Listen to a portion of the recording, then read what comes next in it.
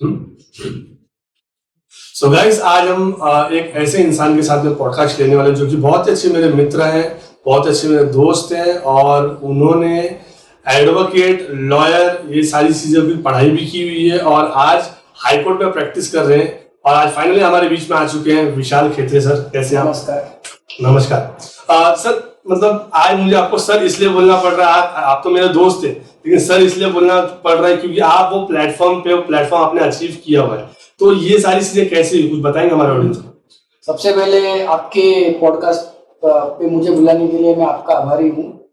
और मुझे नहीं पता था पॉडकास्ट के पीछे इतना सारा सेटअप, इतनी सारी मेहनत होती है। हम तो सिर्फ फास्ट फॉरवर्ड करके देख के 2 मिनट में कंक्लूजन लगाते हैं, बट आई एम ओवरवेल्म्ड कि आपने बुलाया और मुझे पूरा सेटअप के बारे में पता चला। बात ऐसी है कि मैं जब 10th स्टैंडर्ड में था, मेरे एक दोस्त का मर्डर हो जाता है और हैप्पी होली का लास्ट मैसेज मेरा उसको जाता है। और मैं तभी लगभग 17.5 साल का था। मैं एलपी रावल कॉलेज स्टेशन है, वहां पे पढ़ाई करता था। वो ऐसा कि मेरा थोड़ा सा हाइट बहुत ज्यादा होने के कारण मैं बड़ा दिखता था। तो लास्ट मैसेज मेरा होने की वजह से कॉल डिटेल रिकॉर्ड्स में मेरा नाम आया। तो पुलिस ढूंढते ढूंढते मीरा रोड पहुंच गई और उन्होंने फर्स्ट लुक में मुझे देख के ऐसा उनको मतलब महसूस हुआ कि शायद मैं क्रिमिनल हूँ। मेरे बाल वगैरह छोटे मैंने किए हुए थे और मेरी संगत कोई अच्छे लड़कों के साथ नहीं थी। तो उन्होंने मुझे अप्रीहेंड किया और मुझे यूनिट 9 कांदिवली आज भी है वहां तक लेके गए। और जब उनको कंक्लूजन पता चला कि मैं इनोसेंट हूँ और मैं माइनर था, 17.5 साल का था, तो उन्होंने मुझे एक्सपीसी जगह पे उन्होंने मुझे छोड़ दिया। उस इंसिडेंट का मेरे बाल मन पे बहुत प्रभाव हुआ। तो मैंने सोचा मेरे को जीवन में ऐसे ही कुछ करना चाहिए। तो I was aspiring to be a police officer at first. तो मैंने ग्रेजुएशन के बाद यूपीएससी का तैयारी चालू किया। फॉर्चुनेटली अनफॉर्चुनेटली कह सकते कि नहीं हुआ, बट फॉर्चुनेटली मैं इसीलिए कह रहा हूँ क्योंकि मैं क्रिमिनल प्रैक्टिस में आ गया। अब क्रिमिनल प्रैक्टिस में आने का भी कहानी ऐसा है, काशीमेरा में रहता हूँ, बाजू में मुंशी कंपाउंड है और मेरे बहुत सारे जो फ्रेंड सर्कल के लोग हैं वो स्क्रैप के बिजनेस में स्क्रैप के बिजनेस में आए दिन पुलिस का इन्वॉल्वमेंट होना या ऐसा 379 जिसको थेफ्ट हम टेक्निकली हम कहते हैं, ऐसे सारे मैटर्स होने के कारण I am an accidental criminal lawyer. तो धीरे धीरे कारवा निकलते गया और आज मेरे को ऑलमोस्ट 8 साल हो गए। तो ये प्रोफेशन में फुल फ्लेज प्रैक्टिस है। मेरा एक्सक्लूसिव मेरा क्रिमिनल साइड में प्रैक्टिस है। होमिसाइडल मैटर्स जिसको सामान्य भाषा में हम मर्डर कहते हैं, 307 जिसको हम अटेम्प्ट टू मर्डर कहते हैं, एनडीपीएस के केसेस। और लाइमलाइट में एनडीपीएस के केसेस जब सेलिब्रिटी पकड़े जाते हैं, जैसे कि आर्यन खान का केस हो गया, ऐसे एनडीपीएस के केसेस वगैरह भी मैं करता हूँ। पुक्सो का केसेस है। तो एक छोटा सा प्रैक्टिस है मेरा, एक 8 साल का। और इस तरीके से आज आप इंटरव्यू मेरा ले। जैसे अभी आपने बताया कि मतलब मर्डर केस में एक मतलब बोलते एक शक के बिना पे आपको पुलिस वाले लोग ने लेके गए और जो भी यूनिट जो बताया आपने, तो वो केस अभी तक चल रहा है या फिर वो खत्म हो चुका है? नहीं, इन्वेस्टिगेशन ऑफिसर सौजन्य से एक फिल्म में कैसा एक क्या एग्जैक्ट कहते हैं उसे कि एक ऐसा एपिसोड हो जाता है कि मींस कुछ अचंभा हो जाता है, वैसे एक संस्था को मैं रिप्रेजेंट करता हूँ। वो संस्था के प्रोग्राम में मैं गया था। मैं अंडर ट्रायल प्रिजनर्स को संस्था के द्वारा रिप्रेजेंट करता हूँ। तो वो ऑफिसर मुझे वहां मिले तो उन्होंने मुझे पहचाना नहीं, बट मैंने उनको बोला सर मैं जब 11th स्टैंडर्ड में था आपने मुझे अप्रीहेंड किया, सर आज मैं वकील बन गया। तो एक मोमेंट के लिए उनको ऐसा मतलब ब्लैंक हो गया उनका चेहरा, उनको थोड़ा सा गिल्ट महसूस हुआ। बोलते नहीं मुझे याद नहीं। फिर मैंने उनको समझा, अरे बोले हाँ वो केस में उसकी मम्मी एक्यूज थी, उसकी मम्मी को लाइफ इम्प्रिजनमेंट का सजा लग गया, उसने ही उनका मर्डर किया था। तो इस तरीके से जो चीज अभी आप बता रहे थे कि मतलब सारा जो मर्डर केस जो था वो खत्म हो गया। हाँ, और उसकी मम्मी को सजा लग गई और अभी उसकी मम्मी शायद जेल में। तो उन्होंने इन्वेस्टिगेट करके फाइंड आउट किया था कि वो बेटी उसकी मम्मी। जी। तो जैसे जब मर्डर केस में एक 307 का जब एक सजा जब लगता है, 302 होता है, तो ये 302 और 307 में कितने साल तक रहता है? और आज के टाइम पे ऐसा होता है हाई प्रोफाइल केसेस में पैसा रुपया रहता है, वो डाल के नहीं बाहर रहता है। देखिए मैं आपको बताता हूँ एग्जैक्ट क्या होता है। हम लोग जो करते हैं हिंदी भाषा में बाल का खाल निकालने का काम वकील का बेसिक होता है। इन्वेस्टिगेशन जो होता है वो पुलिस मशीनरी करती है। अब वो पैसा खाते कि नहीं मैं उसमें नहीं जाऊंगा, बट हमारी जो बात है न्याय सबके लिए भारत में समान है और सबको न्याय मिलता है। अगर कोई बोलता है कि गरीब को इस देश में न्याय नहीं, तो मैं उसका जीवंत उदाहरण हूँ। आप मेरा नाम गूगल में डालिए, आप जितने देखेंगे मैंने सारे लोगों को प्रो बोनो निकाला है। प्रो बोनो लैटिन टर्म है जिसका मतलब होता है फ्री लीगल एड देना, फ्री ऑफ कॉस्ट नहीं करना। इंडियन कॉन्स्टिट्यूशन का आर्टिकल 39A क्लियरली कहता है equal justice for all and free legal aid. उसके अंतर्गत हमने फ्री में लोगों को छुड़वाया। वो सब हीनियस क्राइम के आरोपी थे। अब रिसेंटली गए महीने में भाईंदर की मर्डर केस थी जिसमें डबल मर्डर हुआ था जी। उसमें भी मैंने बेल एप्लीकेशन लगा के बेल लिया, वो 12 साल से अंदर था। तो आपका जो बेसिक सवाल था कि पैसे वाले को न्याय मिलता है, वो ऐसा नहीं है। भारत में पॉपुलेशन आप देखिए ना कितना है। मुझे लगता है कि रिसेंट सेंसस मुझे एग्जैक्ट पता नहीं है, बट मुझे ऐसा लगता है कि 20 लाख लोगों पे एक जज, एक मैजिस्ट्रेट साहब 20 लाख लोगों के पे है।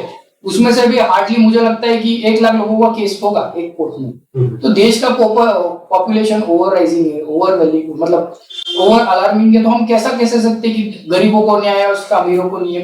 इनफैक्ट मैं आपको आगे जाके कहता हूँ, जो व्यक्तियों को फांसी की सजा होती है मर्डर के केस में, एक तो लाइफ होता है, लाइफ इम्प्रिजनमेंट, या तो डेथ पेनल्टी होता है।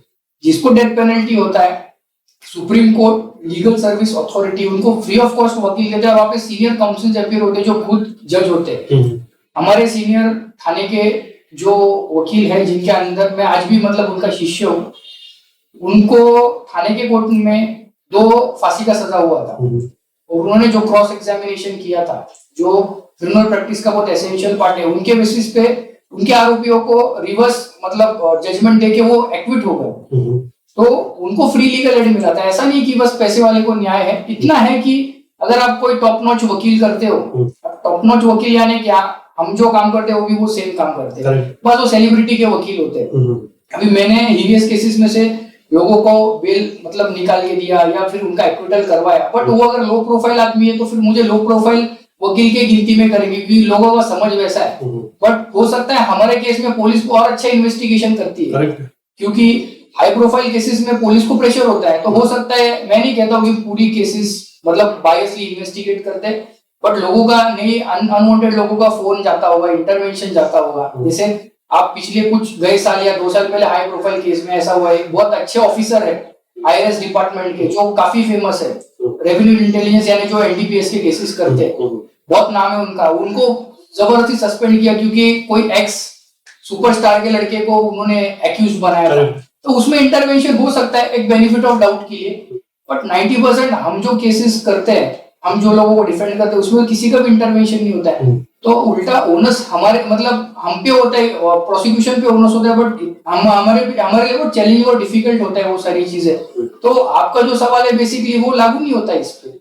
लेकिन जैसे कि अभी आपने बताया कि मतलब हाई प्रोफाइल केसेस में इंटरवेंशन होता है, लेकिन अभी आपने एक जैसे आर्यन खान का भी आपने बताया मुझे, तो ठीक है, वो तो मतलब पूरे मतलब जितने इंडिया है में सारे लोग तो मालूम है कि उसके अंदर वो शाहरुख खान के बेटे थे, तो वो इंटरवेंशन होना जरूरी था और वो हुआ। इसीलिए समीर वानखेड़े जी का आप नाम तो नहीं लिया, लेकिन मैं नाम ले लेता हूँ। समीर वानखेड़े जी का जो भी सस्पेंशन या फिर जो भी है तबादला उनका हुआ।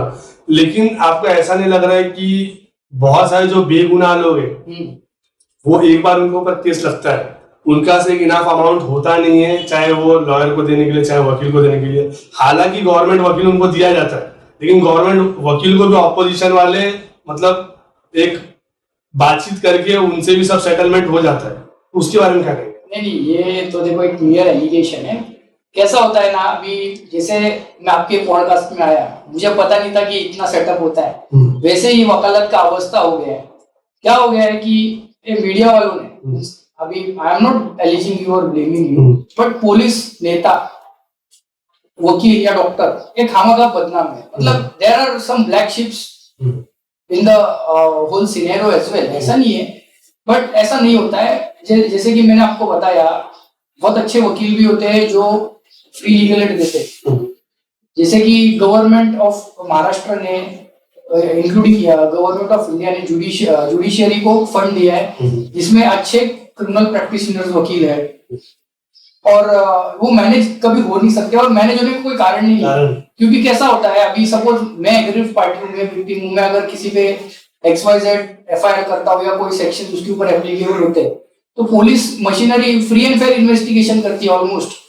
और रही बात बेगुनाह की, बेगुनाह को प्लॉट करने के लिए पुलिस को एक्स्ट्रा इन्वेस्टिगेशन करना पड़ता है जिसमें लूपहोल्स पाए जाते हैं, और बहुत रेयर केस में पुलिस उसको कन्विक्शन तक लेके जा सकती है, ऐसा मेरा मानना है। क्योंकि एक सच को छुपाने के लिए कुछ नहीं लगता, बट एक झूठ को छुपाने के लिए बहुत झूठ बोलने पड़ते हैं। तो बेसिकली जब इन्वेस्टिगेशन चालू होने से लेके चार्जशीट फॉर्म होने तक अगर पुलिस एक झूठ बोलती है तो उसको छुपाने के लिए उसको 10 झूठ बोलने पड़ते हैं, और ज्यादा लूपहोल्स उसमें डिराइव होते हैं। उसको हम लोग फैक्ट फाइंडिंग करके उस केस को कोर्ट में प्रेजेंट करके इफेक्टिवली वो एक्विट हो जाता है।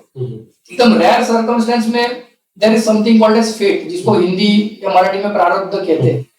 प्रारब्ध के मतलब जज साहब को भी पता है कि इसके अंदर कोई तथ्य नहीं, वकील को भी पता है, बट इफेक्टिवली हम नहीं उसको डिफेंड कर पाए तो कभी कभी उसमें वकील का भी गलती हो जाता है, जो मैं बहुत बड़े मन से एक्सेप्ट करता हूँ।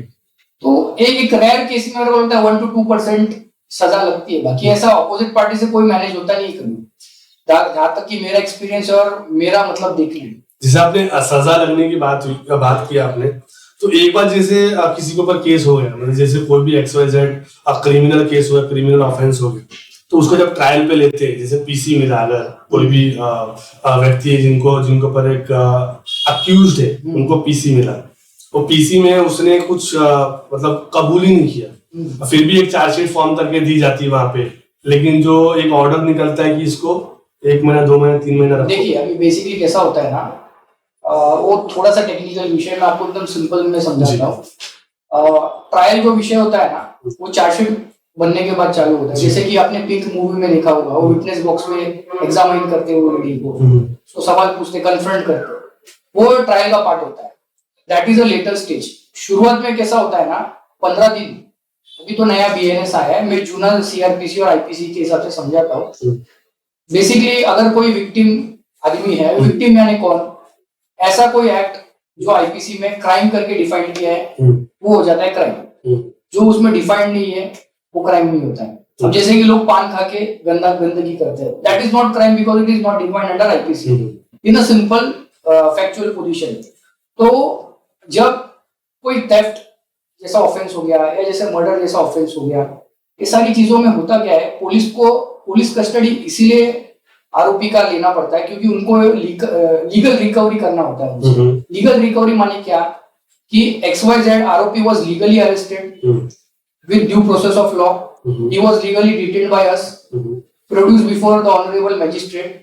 और ऑनरेबल मैजिस्ट्रेट साहब क्या करते हैं, जुडिशियल एप्लीकेशन ऑफ माइंड करते हैं कि इनके ऊपर जो आरोप है, ये जो इन्होंने स्टोरी बताया है उसको फेस वैल्यू से या प्राइमा फेसी जो मतलब बस पढ़ने से सामान्य व्यक्ति के बुद्धिमत्ता को वो समझ में आए कि हाँ इसके ऊपर मतलब इसने किया हो सकता है। तो ऐसे समय में क्या करते हैं, उनको 2-3 दिन का पुलिस कस्टडी देते। एक ये पार्ट हो गया। अब उसके अंदर पुलिस रिकवरी करता है ना, police statements are not admissible under law at any part. मतलब पुलिस के सामने कन्फेशन दूंगे कि मैंने ऐसा किया है, तो that are inadmissible. Evidence act के कुछ स्पेसिफिक सेक्शंस है, उसमें नहीं जाते क्योंकि बहुत ज्यादा टेक्निकल हो जाएगा, but as per evidence act that is inadmissible in law. वो एक भाग हो गया। उसके बाद आपका ना MCR हो जाता है। अभी MCR का कारण कैसा है पता है, there are classification of offences under criminal law, specially it is specifically given in CRPC। तो कोई होता है ट्रायल बाय मैजिस्ट्रेट, हर चीज का पनिशमेंट होता है। कोई अप टू 3 years होता है ना, वो बेलेबल होता है। So bail is matter of right in bailable offences. तो ऐसे केस में क्या होता है, पुलिस आपको बिना नोटिस के अरेस्ट नहीं कर सकती। अभी कुछ जजमेंट्स आए सुप्रीम कोर्ट के जिसमें स्पेसिफिकली मैं नहीं बताता हूँ, बट 7 years पनिशमेंट तक आपको पुलिस बिना नोटिस दिए और बिना आपसे इंक्वायरी किए आपको अरेस्ट नहीं कर सकती है। बट अगर हिस्ट्री शीटर होता है वो, उसके ऊपर जुना क्रिमिनल केसेस है, तो पुलिस को कैसा एक डाउट आता है कि इसने किया होगा, इसलिए उसको एप्रिहेंड करते हैं और कस्टडी में लेके उससे पूछताछ करते हैं। बट सब प्रोसेस मतलब ड्यू प्रोसेस ऑफ लॉ से होता है, with permission of honourable magistrate होता है। अब रही बात, आपने सवाल पूछा था वो इतना दिन जेल में क्यों रहे, कैसा होता है पनिशमेंट प्रिस्क्राइब जो होता है वो उसके बेसिस पे एक तो वो पैरामीटर है कि कितना इसको पनिशमेंट है। दूसरा, अगर एक्यूज्ड बाहर के राज्य का है, जैसे कि उत्तर प्रदेश का है, बिहार का, झारखंड का, कर्नाटक का, तो एक जनरल एजम्पशन ऐसा होता है कि अगर उसको हम छोड़ देंगे तो वो भाग जाएगा। करेक्ट। एक दूसरा होता है investigation is still in progress, यानी पुलिस को कैसा होता है, अभी कोई भी एक्ट कोई स्पॉट ऑफ ऑफेंस पे होता है तो उनको विटनेस वहां पे ये करने होते हैं। अभी विटनेस सामान्य व्यक्ति होते हैं, उनको डर लगता है पुलिस के सामने जाना। तो पुलिस का एक बेसिक डिफेंस होता है कि हमारा इन्वेस्टिगेशन जब तक कंप्लीट ना हो इसको आप आपके कस्टडी में रखो, यानी जेल में रखो, जिसको टेक्निकली मैजिस्ट्रेट कस्टडी बोलते हैं। उसके बाद ही उनको प्रॉपर हम लोग आर्ग्यूमेंट करके बेल एप्लीकेशन उनकी लगाकर हम उनको बेल पे बाहर छुड़वा देते हैं, मतलब वो रिलीज हो जाते हैं। जैसे आपने मतलब बेल पे रिलीज तो हो जाते हैं, लेकिन मेरा जो सवाल था ये था कि मतलब इतना टाइम क्यों लग जाता है, क्योंकि एक बेगुनाह है, मतलब उसने कुछ क्राइम किया ही नहीं और वो जेल में, और वो जो एक मूवी हमने देखा तारीख पे तारीख, वही उधर पे भी हमें देखने मिलता है कि वो मतलब एक डेट मिला फिर 1 महीने के बाद में डेट मिल गया। तो ये चीज थोड़ा सिस्टम में ऐसा नहीं हो सकता कि थोड़ा जल्दी हो, जैसे रेप केस फास्ट ट्रैक पे चलता है, तो क्या क्रिमिनल केस भी फास्ट ट्रैक पे चलता है? देखिए कैसा होता है बेसिकली सेशंस, अभी आप जैसे कि आप बेगुनाह बोलते हो, बेगुनाह सिर्फ मुंह से बोल के नहीं होता है। एक आदमी का फेट काले और सफेद पन्नों में छप जाता है। एक चार्जशीट नाम का प्रकार होता है जो पुलिस हमारे, जिसको चालान भी कहते हैं पूरे भारत में, नॉर्थ साइड में, उसके अंदर हमारे अगेंस्ट में वो लोग एलिगेशन, स्पेसिफिक एलिगेशन क्या है वो लिखते हैं, उसको सपोर्टिंग विटनेसेस क्या है, उसको सपोर्टिंग और एविडेंस क्या है। अब एविडेंस का पार्ट कैसा होता है, CDR, CCTV footage, etcetera etcetera. अगर वो पूरा छानबीन करके सारे सबूत अगर उसके अगेंस्ट में आएगा तो कोई भी जज उसको नहीं छोड़ सकता, जब तक unless and until he is been tried.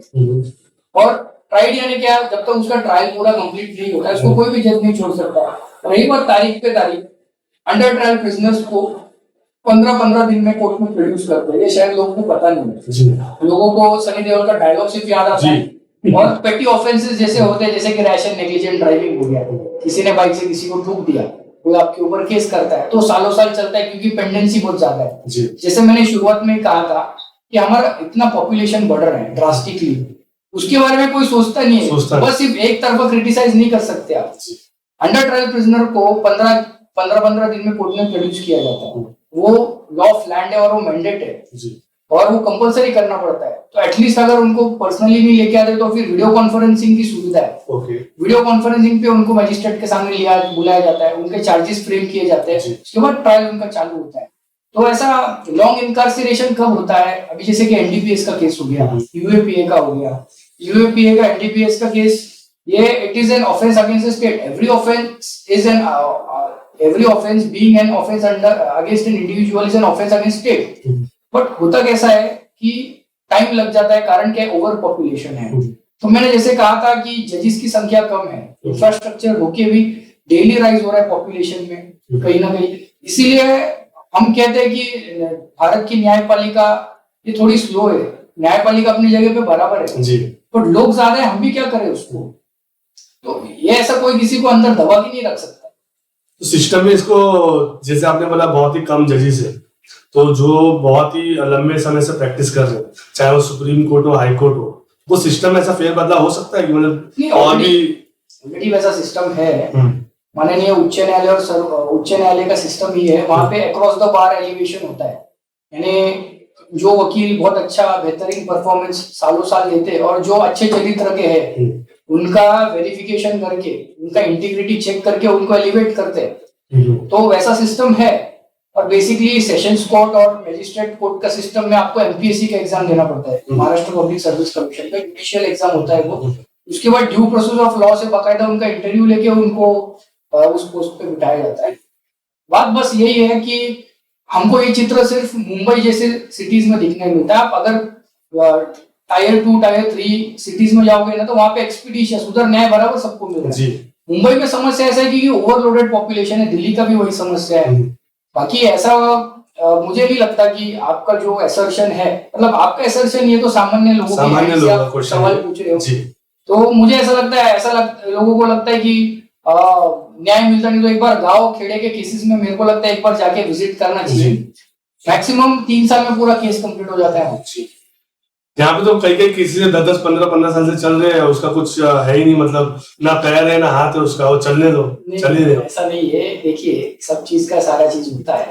दिक्कत ऐसा है कि एक आरोपी इस तरीके से अगर कोई क्राइम करता है जिसमें वो कहते हैं ना, कानून के हाथ लंबे भी होते हैं और कानून के हाथ बंधे भी होते हैं। बंधे भी होते हैं। वैसी परिस्थिति अगर उत्पन्न होती है तो क्या करेगा वकील और जज साहब भी क्या करेंगे? बंधे हुए होते हैं, इसको थोड़ा एलोबरेट करेंगे कैसे बंधे हो? देखो, बंधे हुए होते हैं इन द सेंस कैसा होता है ना, ग्रेविटी ऑफ ऑफेंस बहुत ड्रास्टिक होता है। अभी हाल ही में थोड़े दिन पहले एक ड्राइवर ने इलेक्ट्रिक गाड़ी चला के मुझे लगता है 10-12 लोगों को, निर्दोष लोगों को कुचल दिया गाड़ी के नीचे। अब ऐसे केसेस में कैसा होता है कि अगर हम देखा जाए तो उसने इतने सारे लोगों का एक साथ मास मर्डर हो गया उसके हाथ से। अब उसमें इंटेंशन था उसका कि नहीं था, वो that is a secondary thing. Digital evidences है उसमें, वो वीडियो वायरल हो गया था, फिर वहां पे आई विटनेसेस थे। तो ऐसे केस में बहुत जल्दी कोई भी उसको कोर्ट बेल नहीं देगा, सोचेगा उसको बेल देने से पहले, क्योंकि आफ्टर ऑल सोसाइटी का भी हमको सिनेरियो नजर में रखना पड़ता है। हम पे लोग विश्वास क्यों करते हैं? न्यायपालिका पे विश्वास करने का कारण यही है कि उनको लगता है कि हम उनको न्याय दे सके। अभी आप जितने भी लोग जो कह रहे हो ना, बहुत सारे लोग सालों साल जेल में है, आप उनका कभी मौका मिला तो चार्जशीट देखना, उन्होंने क्या क्राइम किया, तो आपको एक अंदाजा आ जाएगा। मेरा क्वेश्चन ये था कि मतलब बहुत सारे जो लोग हैं जो 15-15, 20-20 साल से केस चल रहा है, मतलब वो जेल में नहीं है, मतलब बेल भी है, लेकिन 15-15, 20-20 साल से चल रहा है केस। देखिए अभी उनको पूरा खत्म नहीं कर रहे केस ऐसा। देखिए कैसा होता है, अभी उसमें मैं बताता हूँ। ये बहुत अच्छा आपने सवाल पूछा। अभी जिनके ऊपर केस होता है ना, एक तो उसमें 2-4 पैरामीटर है वो मैं डिस्कस कर रहा है। ये मुझे बहुत लोगों ने सवाल पूछा है कि न्याय नहीं मिलता है, न्याय नहीं मिलता है। देखो, सबसे पहला ये सब किसका केसेस चलता है पता है? नल के ऊपर झगड़ा हो गया, दोस्तों में झगड़ा हो गया, ये सब पेटी केसेस होते हैं, 50 रुपए की चोरी। अब इसमें लोग ये एक्टिव पार्टिसिपेशन सबसे पहला करते नहीं। मीन्स उनको कैसा है कि उनको जब तक कहीं जॉब पे नहीं जाना है या पुलिस वेरिफिकेशन की जरूरत नहीं है, तब तक है ना वो कभी जाते ही नहीं। उनको क्या लगता है कि वकील ने बोल दिया केस खत्म तो केस खत्म, ऐसा नहीं होता है। वो जब रिकॉर्ड बन जाता है वो गवर्नमेंट के बुक्स में होता है। तो ऐसे समय क्या होता है, हमको जो बेल का हम लोग कैश डिपॉजिट करते हैं उसका स्लिप होता है, या किसी ने जमानत दिया है तो उनका डिटेल्स होता है। एटलीस्ट एक बार जाके वकील को तो पूछे। हम कोर्ट में अगर जाते हैं तो वहाँ पे एक मशीन रखा हुआ है, उसको एक्सेस सबका फ्री है, वो अपना केस नंबर डाल के नाम से ढूंढ सकते हैं। अगर आप कोई लीगल एड के डिपार्टमेंट में जाएंगे, लीगल एड करके कंसेप्ट है जो फ्री है, जैसा गवर्नमेंट में हॉस्पिटलाइजेशन फ्री है, हेल्थ सर्विस फ्री, वैसा लीगल एड में फ्री लीगल एड सर्विस है। उसमें जाके कि हमारा पावती दिखाए, लोगों के पास कोई डॉक्यूमेंट्स ही नहीं होता है। करेक्ट। जब डॉक्यूमेंट्स ही नहीं होगा तो उनको पता कैसे चलेगा केस है? अब लोग दौड़ने भागने कब लगते हैं पता है? जब किसी को बाहर जाना है, पासपोर्ट वेरिफिकेशन करना है, फिर उसमें लिख के आता है कि दिस केस इज पेंडिंग। बहुत अच्छा आंसर दिया, ये हुआ है तो फिर आप क्या करो कि ये केस खत्म करके आओ, या फिर सीवीसी कहीं भाड़े पे हमको रहने जाना है तो लोगों को पता चलता है मेरा केस था, फिर वो वकील साहब को फोन करेंगे, जो वकील साहब उनके थे उनके संपर्क में नहीं है, फिर कोई वकील ढूंढेंगे, फिर वकील बोलेगा, पेपर वाला बोलेंगे हमारे पास कुछ भी नहीं। फिर सालों साल तो उनको दौड़ना पड़ेगा। और भारत में ऐसा है कि लोगों को है ना कुछ मेहनत मतलब खुद से करना नहीं, कोई चीज में थोड़ी तकलीफ उनको उठानी, जैसे आप सब लोग आज तकलीफ उठा रहे हो, वैसा किसी को कुछ तकलीफ नहीं, तो हमारा खाना उनको कैसा है कि बस एकदम क्विक रिजल्ट्स उनको चाहिए। उनको ऐसा लगता है कि कोई सुपरमैन आएगा और उनको बस इसमें से तार देगा, ऐसा नहीं होता है। आपके पास सब कोई डॉक्यूमेंटेशन ही नहीं है, आप अगर रिस्पॉन्सिबल जैसा बैठोगे, नहीं छोटा केस का खत्म होगा, तो फिर ये तो दिन देखने ही पड़ेंगे। अभी मेरे कुछ फ्रेंड्स है, जब हम लोग स्कूल मतलब कॉलेज के जमाने से थे तब उन्होंने झगड़ा किया, आज तक उनका केस पेंडिंग है, कभी जाते ही नहीं कोर्ट में, सिर्फ वारंट आएगा तो कैंसिल करने जाते, फिर वापस घर पे बैठ जाते, ट्रायल पे लेके आते ही नहीं, लेके बोलते करना ही नहीं, बोलते हमको जाने तो चलने दो। घबरा जाते ना वो लोग। अरे घबराने का सवाल ही नहीं है। देखो, जो किसी के सर में बाटली फोड़ सकते कच, तो वो नहीं किसी से घबराते। देखो, भारत में कोई किसी से डरता नहीं है, लोगों को है ना सिर्फ टाइम से डर लगता है, क्योंकि everything can be purchased with money. Exactly. तो लोगों का टाइम वेस्ट होता है, इसलिए लोग डरते हैं, आना जाना बार बार पड़ता है, इसलिए ये सत्य है। और लोग इसको एक्सेप्ट नहीं करेंगे, भले ये करवा सच है, बट लोगों को ये एक्सेप्ट नहीं होने वाला, मुझे पता है। कहता है यहाँ पे सिर्फ ब्लेम गेम करो, ये ऐसा है वो ऐसा है, सिस्टम खराब है, सिर्फ नई सोल्यूशन निकलता। जिसका तो बहुत पैसा है, मतलब उसको तो फर्क पड़ता ही नहीं, क्योंकि उनको तो जाना ही है वहां पे। जैसे भी हाल ही में पॉर्शे वाला जो केस हुआ था, जैसे आपने बोला, तो वो मतलब इतना प्रेशर आया, मीडिया का प्रेशर आया, वीडियो बहुत ही वायरल हो गई, तब जाके कुछ उसके ऊपर हुआ, एक ऐसे वगैरह लिखवा के डाले तो पूरा वीडियो वायरल हो गया था। कैसा है तो देखिए, इसमें मैं आपको बताता हूँ, एक टर्म है जुवेनाइल डेलिक्वेंसी। जुवेनाइल डेलिक्वेंसी एक ऐसा टर्म है, न्याय में एक कंसेप्ट चलता है जिसको बोलते हैं प्रिंसिपल ऑफ नेचुरल जस्टिस। अब हमारा जो लॉ है ना वो एंग्लो सेक्सन लॉ है। एंग्लो सेक्सन लॉ यानी ब्रिटिश लोग से हमने डिराइव किया है इसको। हमारे जो शासक थे ब्रिटिश, उन्होंने कोडिफिकेशन किया, आईपीसी, सीआरपीसी, एविडेंस एक्ट, वो हिसाब से हमने वही अभी तक चलाया। अभी तो 2023 में अमेंडमेंट आया जिसका नाम हमने चेंज करके भारतीय न्यायिक संहिता दिया है, बट एसेंस और बेस जिसका वही हो। तो कायदे के हिसाब से एडल्ट कौन होता है? जो 18 साल के ऊपर होता है वो एडल्ट है। नाउ वो जो लड़का था वो माइनर था। लोगों को ये बात पता नहीं, लोगों को सिर्फ लगता है कि वो अमीर था और मीडिया ने उसको मीडिया ने उसको अलग एंगल और कलर दे दिया।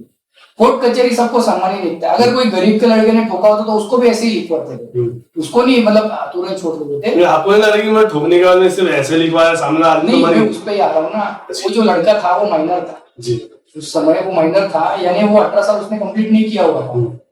आजकल बायोलॉजिकल फीचर्स बच्चों के ऐसे हो गए कि वो बड़े दिखते हैं। 12th स्टैंडर्ड का बच्चा भी आपको 15, 16, 17 साल का लगता है। सॉरी 12 साल का लड़का, मैंने 12th स्टैंडर्ड बोल दिया। 7th स्टैंडर्ड का लड़का 10th स्टैंडर्ड का लगता है। तो वो लड़का माइनर था, इसीलिए उसको जुवेनाइल कोर्ट में ट्राई किया। अभी नॉर्मल सामान्य भाषा में भारत के लोग उसको अनाड़ी कोर्ट बोलते हैं। अनाड़ी कोर्ट, करेक्ट। छोटे बच्चों को जहाँ लेके जाते हैं ना, अभी वो ऐसा कोर्ट हमारे ठाणे डिस्ट्रिक्ट में भिवंडी में, तो वहां पे उसको ट्राई किया गया कि उसको पनिशमेंट क्या दे सकते हो। उसका इंटेंशन तो नहीं था मर्डर करने के लिए। देखो कोई भी ब्रॉड 4 पैरामीटर्स देखा जाता है, आदमी दोषी है कि नहीं। अभी ये आपने प्रश्न छेड़ दिया, इसलिए मैं आपको बता रहा हूँ। क्रिमिनल लॉ का ना 4 ब्रॉड पैरामीटर्स होता है जिसमें एक आदमी दोषी है कि नहीं उसको हम देखा जाता है। एक सबसे पहले इंटेंशन होता है, इसके मन में था कि नहीं। दूसरा प्रिपरेशन होता है कि उसने कुछ तैयारी किया कि नहीं एक्ट करने के लिए। तीसरा कमीशन होता है कि इसने सोचा, तैयारी करके उसके लिए बड़ा किया। और तीसरा अटेम्प्ट, ये तीनों चीज करके उसने अटेम्प्ट किया कि इसके केस में उसका इंटेंशन नहीं था। लोगों प्रोसिक्यूशन का केस है वो अंडर ट्रायल, इससे मैं ज्यादा कमेंट नहीं करूंगा उस पर। उसने शराब पी हुई थी और उसका इंटेंशन तो था नहीं कि शराब पी के मैं इतने लोगों को मारूंगा या 2 लोगों का मैंने मर्डर करूंगा। तो उसका ग्रेविटी देखते हुए, और वो बच्चा मतलब वो माइनर था, जुवेनाइल था, इसीलिए उसको छोटे कोर्ट में ट्राई किया गया। और जज ने जो डायरेक्शन दिया था, देखो लोगों को ना ये रिसर्च करना चाहिए थोड़ा सा इंटरेस्टिंग। लोग इतना क्रिटिसाइज जो हमारे जुडिशियरी को करते हैं, उन्होंने ये देखना चाहिए कि इसके पहले वो जज साहब ने कितने लोगों को ऐसे लिखवाया कि 100% लिखवाया होगा। अगर वो उसने खून या मर्डर तो नहीं किया था। तो सपोज कोई मिडिल क्लास का लड़का हमारे की 800 अल्ट्रो से ठोक देता तो इतना सेंसुअल मैटर नहीं करती थी मीडिया। सिर्फ वो XYZ उद्योगपति का लड़का था, इसीलिए मीन्स उसके लिए इतना लोगों ने तमाशा किया। तो बस ये बात है। तो जुडिशियरी अपने जगह पे बराबर है, उन्होंने व्यवस्थित मुझे लगता है न्याय दिया। तो इसके लिए आपके व्यूअर्स भी मुझे क्रिटिसाइज करें, I have no objection in that, because जो लॉ है वो लॉ है। अब उसके आगे क्या हुआ मैं आपको बताता हूँ। अभी एक कंसेप्ट है उसमें, when juvenile can be tried as adult. अभी उस पे कुछ ब्रॉड पैरामीटर्स है, मैं वो टेक्निकल बातों में नहीं जाऊंगा, बट माननीय सुप्रीम कोर्ट के कुछ फैसले हैं, कुछ बॉम्बे कोर्ट के फैसले हैं, उसमें टेस्ट दिया हुआ है कि अगर ये सारे पैरामीटर्स इसमें इंक्लूड होते हैं तो he can be tried as adult. तो अभी एग्जैक्ट मेरे को केस का फेट पता नहीं है, but he can be tried as an adult. वो 18 साल के अगर भले 17, 17.5 साल का था या 17 साल का होगा, बट अगर प्राइमा फेसी कोर्ट को लगता है उसका वो पैरामीटर्स में अगर बैठता है तो उसको जेल में भी रख सकते हैं। भी शायद उसके पेरेंट्स अभी भी जेल में, मुझे जहां तक याद है उसके डैडी अभी भी शायद जेल में, उसका बेल नहीं हुआ है। तो आपके हिसाब से मतलब सारा को जो भी डिसीजन आया, जो न्याय हुआ है, सही हुआ है? नहीं, देखो अभी कोई भी चीज को ना आप इमोशनल एंगल से नहीं देख सकते। अभी मैं एक वकील और एक जवाबदार नागरिक हूँ, तो मुझे ऐसा लगता है कि जिस चीज का विशारत मेरे अंदर है, हमको तो यही सिखाया गया लॉ स्कूल में कि nothing can be judged on emotions. सारे कायदे को नजरअंदाज करते हुए रखना चाहिए। प्रीरिक्विजिट्स कुछ चीजें होती है 1 to 10 के पैरामीटर्स में, वो सब में होती है, आप में भी होती है। अगर वो सारी चीजों में बैठता है तो आई कैन नॉट सी। अगर मैं आपके हाँ में हाँ मिलाऊंगा तो फिर आपके और मेरे अंदर क्या फर्क होगा? ये मेरा आंसर है। जैसे अभी आपने बताया कि मतलब जो एज नहीं थी फिर भी गाड़ी चलाते हैं। अभी हाल ही में बहुत सारे मीरा भाईंदर में भी केसेस हो रहे हैं, जैसे किसी का इसमें लाइसेंस नहीं है, कोई बगैर हेलमेट पहने गाड़ी चला रहा है, लेकिन पुलिस वाले पकड़ रहे, चाबी निकाल ले रहे, मार दे रहे। तो इसके बारे में कुछ रोशनी डालेंगे हमारे व्यूअर्स जो देख रहे हैं? देखो, बॉम्बे पुलिस मैनुअल करके एक बुक है जी। अभी ये एकदम मैं आपको डीप बात बता रहा हूँ जी। आपके व्यूअर्स में अगर किसी को सब पढ़ने की इच्छा है तो मेरे से संपर्क करें, मैं एग्जैक्ट उसमें सेक्शंस बताऊंगा। एक कांस्टेबल जो होता है ना, या एक पुलिस सब इंस्पेक्टर रैंक का आदमी होता है, उसको कोई भी अगर उसके पास आदमी आए या वो किसी के पास जाए तो उसने सर करके एड्रेस उसको करना चाहिए एज पर बॉम्बे पुलिस में। ओके। उसके स्पेसिफिक सेक्शन में आपको बता दूंगा, इसमें नहीं बताना क्योंकि क्या है मिसयूज ना हो। करेक्ट। तो ये जो चाबी निकालना या थप्पड़ लगा देना, ये सरासर टेकिंग लॉ इन हैंड्स है, और उसके लिए असॉल्ट करके एक डेफिनेशन होता है इंडियन पीनल कोड का, जूना और नया में भी लगभग सेम ही होगा, सेक्शंस बदले। तो एक आदमी उसके खिलाफ एनसी करके प्राइवेट कंप्लेंट कर सकता है। पर मुझे एक बात बताइए, जो लॉ खुद तोड़ते, बिना हेलमेट के खुद जाते, बिना लाइसेंस के खुद जाते, उनके अंदर नैतिक मूल्यता है क्या? पुलिस को गलत है, चलिए उन्होंने लॉ तोड़ दिया, जो भी XYZ फाइन हुआ, फाइन आप ले लो, लेकिन मारना कहाँ तक सही है? मारना गलत है ना, तो मैं उस पे ही आ रहा हूँ। हम अगर अपने आप को इस तरीके से प्रेजेंट करेंगे कि पुलिस हमको 2 तमाचे मार रहे हैं, इसका मतलब पुलिस ने कुछ तो मन के अंदर असर्शन किया होगा कि आदमी ऐसा ही हो सकता है, चलो उसको थप्पड़ लगा दे। हम अगर कैसा है, हमको हमारे नैतिक मूल्य नहीं भूलने, हम सही है क्या? मारना तो गलत ही है। उसका आंसर है बॉम्बे पुलिस मैन्युअल। एक सादा कांस्टेबल रैंक का आदमी से लेके पुलिस सब इंस्पेक्टर को आपको सर करके एड्रेस करना चाहिए, और that is a Bible for them. उसके बेसिस पे सारी चीजें वो चलते हैं। तो मुझे ऐसा बोलना है कि हम सिर्फ ये देखते कि उन्होंने क्या किया, हमने कैसे बिहेव किया। क्या आपने कभी नोटिस किया है जिसको पकड़ के वो किस तरह पुलिस से बिहेव करते हैं? बहुत सारे ऐसे लोग जो उल्टी बात भी करते हैं पुलिस उल्टी बात, मैं आपको पुलिस का ड्यूटी बताता हूँ, मैं उनका साइड नहीं ले रहा हूँ आपके माध्यम से। उनको ना दिवाली है ना दशहरा है, करेक्ट ना ईद है ना होली है, तो 24/7 उधर रहते सैनिक की तरह दिन भर। आप बारिश में भी देखना छतरी लेके बेचारे खड़े रहते। No doubt. देखो कैसा है, 10 में से ना 2 खराब होंगे बट 8 अच्छे आज भी, इसीलिए सिस्टम जागरूक है। बहुत अच्छी बात बोला आपने, 10 में से 2 खराब हुई। हाँ। कल ही मैं गोरेगांव से आ रहा था, तो मतलब मैं थोड़ा रॉन्ग साइड से आ गया था, 4 व्हीलर पे था, तो पुलिस वाले ने रुका है मुझे, और इतने अच्छे से उन्होंने बात किया मुझसे। मतलब उन्होंने मेरे को सारा कुछ समझाया कि इतना इतना फाइन है, ये है वो है, और फिर उसके बाद बातचीत करके उन्होंने समझा कि उन्होंने फाइन नहीं मारा मुझे, समझाया कि नेक्स्ट टाइम तू मत करना। आपके पास मीडिया का लोग है? नहीं, मीडिया का लोग, उन्होंने मुझे समझाया कि नेक्स्ट टाइम, मतलब क्योंकि वो गलती से हो गया था ना। लेकिन कई जो पुलिस वाले हैं, मतलब वो पीछे पड़ जाएंगे वो चीज को लेकर। नहीं, कैसा होता है देखिए, बेसिकली एक चीज हमको समझना चाहिए, हम जितनी सुख सुविधा में रहते हैं वैसे ही हमारा सबका मेंटल हेल्थ उतना ही खराब हो रहा है। पुलिस में 24/7 इज अ पुलिस में, बेचारे 2-3 दिन का कंटिन्यूस ड्यूटी करते हैं।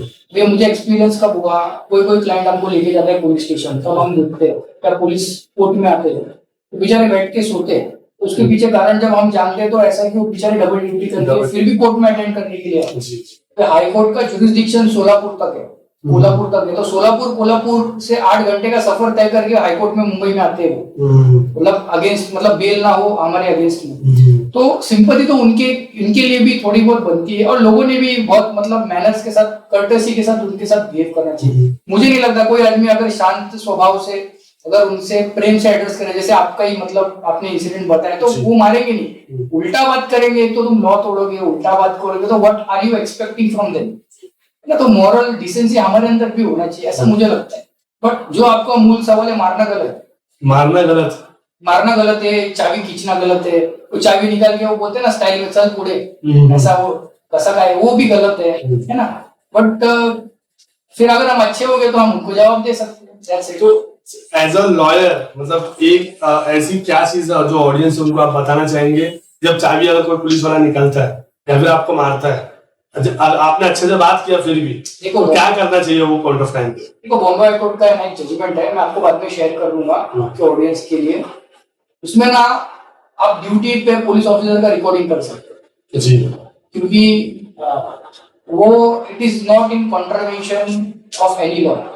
एक ऑफिशियल सीक्रेट एक्ट करके था, हमारे मिरर का ही केस है, हमारे एक मिरर के वकील ने शायद उनको रिप्रेजेंट किया था, हाईकोर्ट में पिटीशन किया। पुलिस ड्यूटी पे है तो रिकॉर्डिंग कर सकते हैं उनकी या नहीं कर सकते, ये लॉ पॉइंट था। इसमें बॉम्बे हाईकोर्ट ने रूल किया रिकॉर्डिंग कर सकते हैं। उसके इफेक्ट में मेरे को प्रीवियस कमिश्नर ऑफ पुलिस ने एक सर्कुलर भी निकाला था, और एक वीडियो फुटेज बाकायदा आज भी मार्केट में यूट्यूब पे आप जाओगे तो पुलिस के ऑन ड्यूटी आप रिकॉर्ड कर सकते हो। तो आपको अगर लगता है कि इन हैंड ये अगर आपके साथ बदतमीजी कर रहे हैं या ऐसा करने वाला है, तो आप रिकॉर्डिंग कर सकते हैं उनका, और एडमिनिस्ट्रेशन को प्रॉपर उनका एप्लीकेशन कर सकते हैं। वो एक प्रॉपर एविडेंस काउंट होगा? ऑफ कोर्स काउंट होगा। व्हाट्सएप चैट एविडेंस काउंट होता है? Yes of course. क्योंकि कई लोगों से मैंने सुना कि व्हाट्सएप चैट वॉइस रिकॉर्डिंग, ये वॉइस रिकॉर्डिंग नहीं होता है अकाउंट एविडेंस, इलेक्ट्रॉनिक एविडेंस है। 65B पुराना सेक्शन है, अभी 64B शायद हो गया, आई में भी रॉन्ग, थोड़ा सा सेक्शन में ऊपर नीचे होगा, पर 65B का सर्टिफिकेशन बहुत एसेंशियल होता है।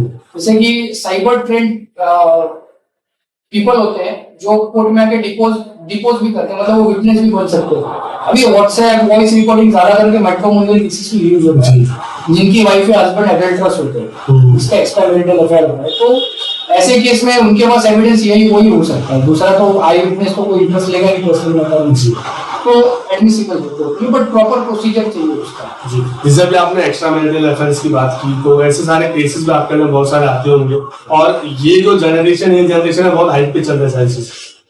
देखो उसका बेसिक कारण क्या है, degradation of cultural moral Athos and values.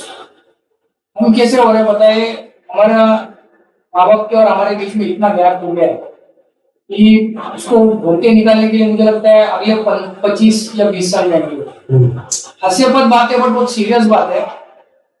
एक मैं जोक पढ़ रहा था, एक माँ 20 साल पहले बेटे को बोलती है हमारे धर्म में शादी करना, फिर वो आगे थोड़ा जाके बोलती है, मतलब वो क्रिएटिविटी है उसका, देखो बोलता है फिर अपने जात में शादी करना, धर्म से फिर वो जात से, फिर वो बोलती है लड़की से ही शादी करना, फिर अभी बोलती है वो बोलती है कि लड़की से ही शादी करना, और अभी बोलती है कि भाई सिर्फ लड़की से शादी करना। यानी होमोसेक्सुअलिटी, ये सारी चीजों को इतना फ्री तरीके से लोगों ने बता दिया है कि लोग एक अपना डिमार्केशन ढूंढ रहे हैं। अभी उनका भी अपना जिंदगी, मेरे क्लाइंट्स वो मतलब सेक्शंस के भी है, ऐसा नहीं है, मैं उनको क्रिटिसाइज नहीं करता, बट जनरेशन गैप की वजह से हो क्या रहा है कि लोग अपनी मनमानी कर रहे हैं, माँ बाप का भी नहीं सुनते। अभी मेरे कुछ फ्रेंड्स हैं, उनका डाइवोर्स हो गया, अनफॉर्चुनेटली या फॉर्चुनेटली मैं नहीं था उसके अंदर, अच्छा हो गया तो मुझे ब्लेम करते थे। होता क्या है कि आज के नव भारत में लड़की भी एजुकेटेड है, लड़का भी एजुकेटेड है, और दोनों को ऐसा लगता है कि हम लोग इक्वल फुटिंग पे। अब कैसा होता है, हस्बैंड भी काम से आता है, औरत भी काम से आती है, दोनों में से ना बस ये मन में सोच होता है कि मेरे को चाय बना के पहले कौन देगा, पानी कौन देगा।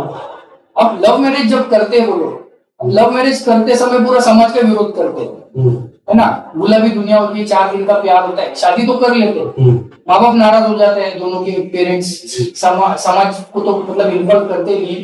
होता क्या है इससे कि जो खालीपन बाद में जो होता है लेटर स्टेज में, उसको भरने वाला कोई उनके जीवन में आ जाता है, और मतलब अनकॉन्शियस या बोलो वो एक ऐसे लेवल पे पहुंच जाते हैं कि वो अपना स्पाउस होते हुए एक्स्ट्रा मैरिटल अफेयर करते हैं। इसका रूट कॉज क्या है कि दोनों को काउंसलिंग कराने वाला कोई नहीं, और फिर अगर वो कंटिन्यू इनको क्लैश बढ़ते जाएगा, एक लेवल तक जाता है, तो फिर अल्टीमेटली डाइवोर्स होता है। तो एडल्टरस रिलेशनशिप का सबसे मेन कारण क्या है पता है कि हेक्टिक लाइफस्टाइल है। आज देखो हमारे दादाजी परदादाजी, आज तक उन्होंने कभी सारी चीज की, उनका कभी डाइवोर्स नहीं हुआ। आज का डेट में डाइवोर्स होने का कारण कैसा है, मैनिपुलेशन। फिल्मों में हम देखते हैं सारी चीजें बहुत लोगों ने इजी कर दी है, लोगों को लगता है काफी इजी है, बहुत ट्रॉमाटाइज्ड होता है एक औरत के लिए और एक आदमी के लिए ये सारी चीजें मतलब देखना, सुनना, महसूस करना और एक्चुअली इसमें जाना। मैंने कुछ केसेस किए मेरे मतलब अभी तक की करियर में, मैंने अक्षरशः मतलब लिटरली मैंने लोगों को, आदमी तो रो नहीं सकते। मतलब मैं एक इंटरेस्टिंग किस्सा आपको बताऊंगा, वो अभी तक कोर्ट में मैटर सब्जू दिशा में लगभग खत्म हो जाएगा। लड़की 18 साल की थी, लड़का 21 साल का था, लड़का मराठी था, लड़की उत्तर प्रदेश की थी। तो लड़की और लड़के ने इतने कम उम्र में शादी किया, 1 साल में लड़की प्रेग्नेंट हो गई, बच्चा हो गया। अब जैसे जैसा उनका समय बीतता गया, लड़का मेरे को लगता है 5 साल का बच्चा, वो लड़का और लड़की में ना आपस में बहुत टकराव होने लग गया। तो लड़के ने भी बाहर एक अफेयर कर दिया। अब लड़की ने किया कि नहीं किया मुझे नहीं पता, उसने कभी स्पेसिफिक बोला नहीं कि मेरी वाइफ का अफेयर है, बट इतना था कि वो बोलता था कि मेरी वाइफ का कुछ कहीं हो सकता है बट मेरा अफेयर है। झगड़ा इस कदर बढ़ गया, उसने पुलिस स्टेशन में जाके लड़की ने लड़के के ऊपर केस कर दिया कि लड़का मुझे वायलेंस करता है, जो मुझे मारता है वगैरह। उसका छोटा बच्चा था 5 साल का, वो बच्चे को लेके चली गई, लड़के को ये बोल करके कि तेरे घर में अगर मैं रखूंगी ना तो तेरे जैसे हो जाएगा, तो हम अच्छे संदर्भ में डालेंगे। उसने बच्चे को आश्रम में डाल दिया उधमपुर में, ओके। कश्मीर में, ये बोल के कि मेरे पति ने मुझे छोड़ दिया, तो मैं रास्ते पे आ गई हूँ, आप है ना इसको सन्यासी बना दो। ये सच घटना बता रहा हूँ मैं। मैंने खुद अभी मेरे को लगता है 3 साल पहले मैंने हेबियस कॉर्पस करके रिट पिटीशन होता है, वो मैंने हाईकोर्ट से करवा के उस बच्चे को कस्टडी लिया। अभी डैडी के साथ लड़का है वो। जय भीम पिक्चर देखा आपने? जय भीम पिक्चर में जो एप्लीकेशन करता है वो हेबियस कॉर्पस के ऊपर, आपके व्यूअर्स के लिए बता रहा हूँ। तो उसने आश्रम में डाल दिया। ये डैडी रोज आके बोलता था मेरे बच्चे को आप निकालो, मेरे बच्चे को आप निकालो। तो बोलता था आता पता ही नहीं कहाँ जाएगा। और बोला तू ऑलरेडी एफआईआर जब किया है और तू तेरे ऊपर एलिगेशन है कि तू तेरी पत्नी को तू मारता था, तो कौन सी पत्नी तेरे सलाई कर, कौन सा बच्चा तुझे पापा बोलेगा? नहीं बोलता मेरा बच्चा देखो मेरे पास आएगा। ऐसा करते करते देखो there is something called as God.